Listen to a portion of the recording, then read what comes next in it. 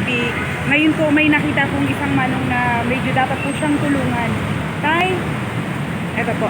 Tay, pwede po ba kayong ma-interview saglit? Stop muna po kay Tay. Ayan, Tay. Taga saan kayo, Tay? Sana po sa unahan ng sipay po. Opo, kaway naman kayo sa family niyo, Tay. May family pa, pwede niyo po bang ibaba yung mask niyo para Ate ko lang po. Po? Ate. Ate mo lang ang kasama mo sa bahay. Pwede niyo po ibaba yung mask niyo, Tay. Malay mo may nagmamahal pa sa inyong gustong. Sa kay tatay po, taga C5 po kayo. Sa gusto pong tumulong, magbigay ng paabot-tulong kay tatay. Dito lang po siya madala sa ilalim ng MRT. So kung sakaling po kayo magpapaabot ng tulong sa kanya. For now po, bigyan po sa atin si tatay yung abot po ng ating makakaya. Ayan po. Kaway kayo, tatay. Ayan.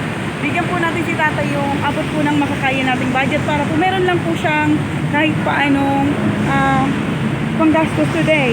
So tayo may extra po ako dito. Kahit maliit man po ito kasi hindi pa nagmamonetize ang ating vlog tayo. Pero makakatulong po ito ng malaki sa iyo tayo. Kahit paano tayo may pambili po kayo ng makakain. So abutan po natin si tatay ng kaunti natin. Itira ko lang yung aking pamasahe.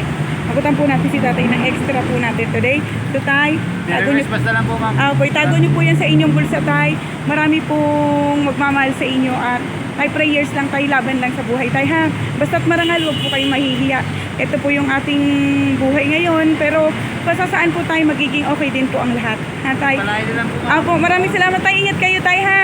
Ayan po, binigyan po natin si tatay kahit paano ng kaunting tulong para makaano rin po siya today. Hindi po siya isipin ang kanyang panggastos. Maraming salamat guys. Thank you so much po. Ayun na po si tatay. Bye-bye. Salamat po.